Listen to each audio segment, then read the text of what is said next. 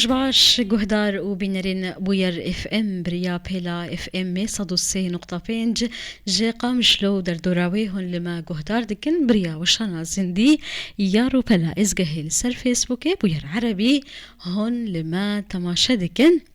ام بردوامن گهدار و بینرین هجا درونی کرنا لسر برهمین نو ینکو بحثا بر خدانا روش آواد کن ایروژی برهمک نو در کتیاج علی هنرمند هوجین هیرز بناوی سفر بلی جبوکو ام بهتر ناس بکن هابریا تلیفونه هنرمند هوجین هیرز تفلی برنامه مدبه دنباش ما مستا هوجین دم باش سرچاوی من گلکی سپاس دم خوش بی دم تجی خوش بو گلکس پاسش بو تفلی بونه و پیروز به برهماتی نو سفر بلی امو خلق ناس بکن ده درباره وی برهمه کنگی تا آمده کرنا ویسترانی دیگه هر وها جی آرمانجا تجی چیه امشت ناس بکن گلکی سپاسیاد کم جبو همی گهداروانا جی سلاو حسکرنه من جواره هن سلاوین کردواری براستی جبوی بش داربونا من جی از کداوا سلاو دکم سپاس دکم هدف و ارمان جمع جی جبه برهمه براستی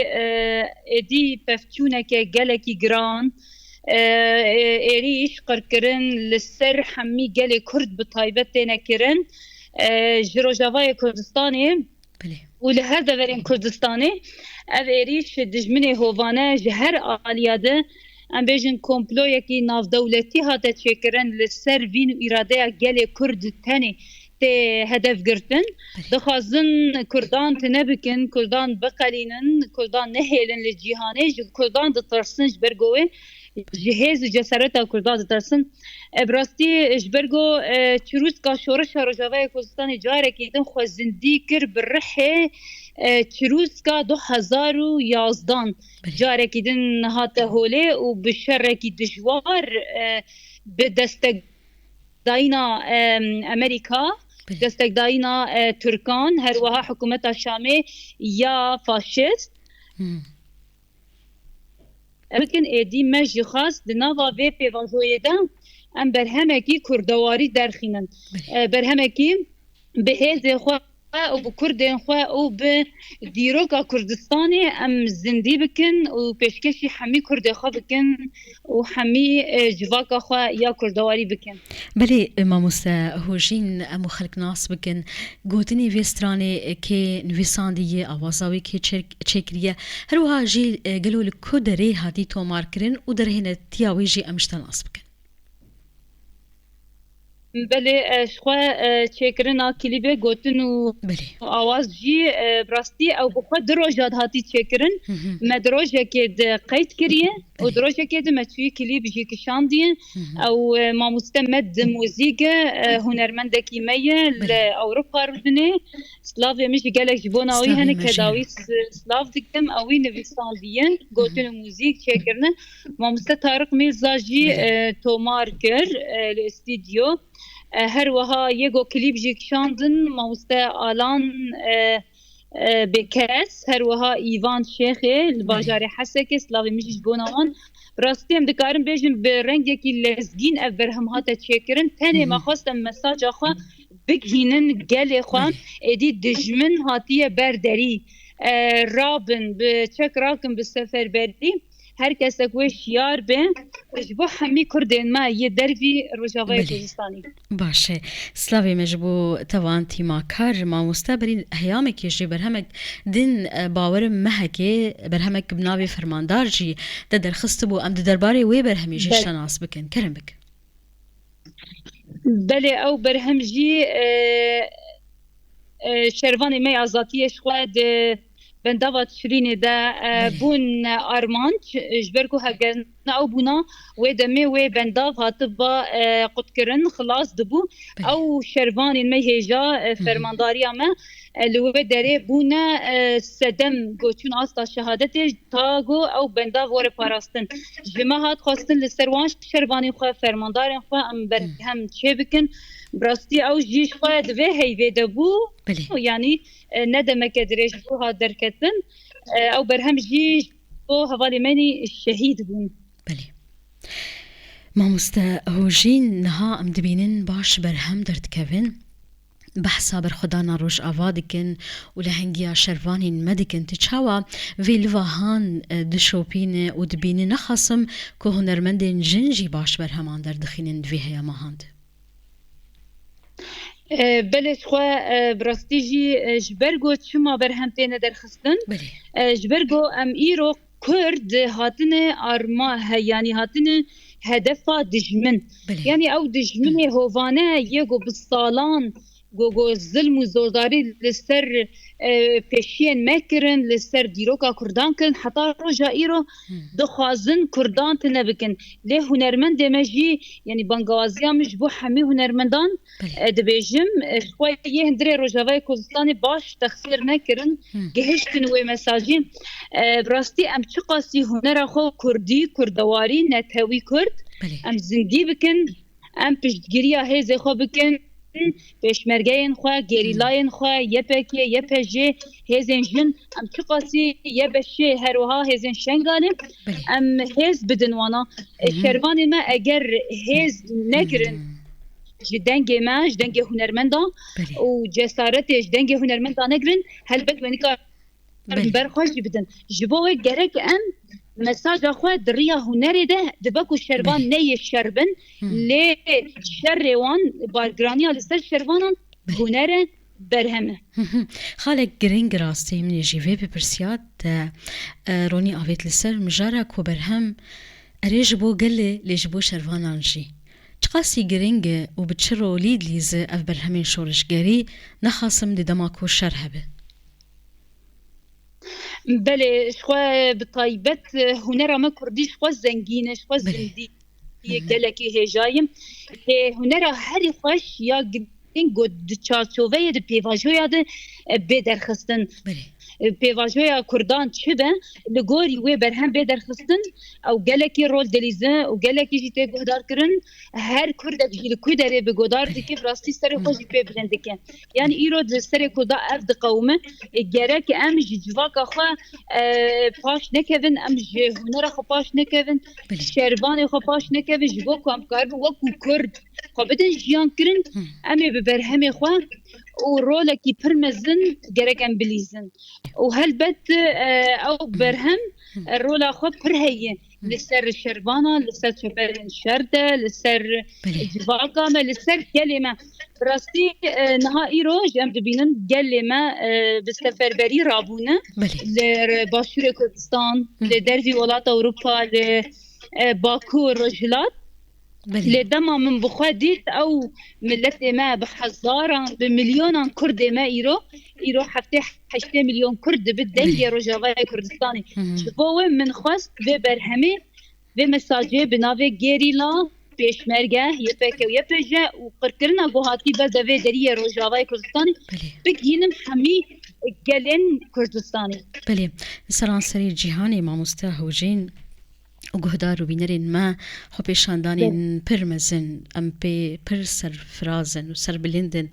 لگلک ولاتان نخصم جی لباشوری کردستانی جی دو خب شاندانک پر فره و مزن خلکن ماین باشور جی درکتن سلاو جبو همو کردن ما و جبو هر کسی کتف لیوان خب شاندانان دبن دداویت بخواستش کی به جیان بانگک تری بکا کرم بک ما مستوشی از گلک اسپاسیاوات که مود داویته مساجا من اوه گو گل کرد بیکیتی ببراتی بدوستانی بیک دنگ بکردواری هنی کرد اصلا دخوازم گل کردستانی روجاوا باکو روجلات لحمد دوري جهاني كرد لكي داره هبن برا دست خبتن هبدو تغيني كردات كسك نكاري كردات نبي كرد برا يكدن كرد بلا جف حزبكن كرد بلا خدان چاند بن خدان زمان بن برا نين لستوكا برا نين بن باندورين عالمي عربان نظام كي دجمني هوفانه دجمني كردا دجمني باب قالاي جبريده اريد از وی دخوازم ببیجم و اسپاسیاوش گلک سپاس جبوتا هنرمندا هیجا هوجین هیرز بریا تليفوني تبرا بو هروها جي گلک سپاس جبوا گهدار او بینرین هیجا و ها هف بیوینا ما بو ایرو جبداوی دبا تاس بی باش بن جی پاش مایکی بورا بوم شف حسن بخاطری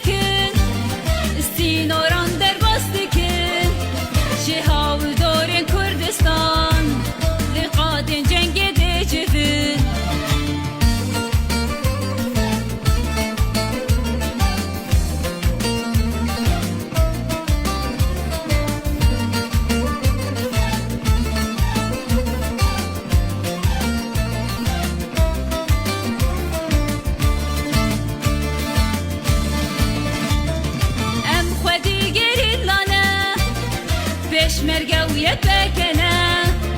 يا بجو يا بشنا پال بشتش کردستان را ام خودی گری لانا پشمرگو یه بکنا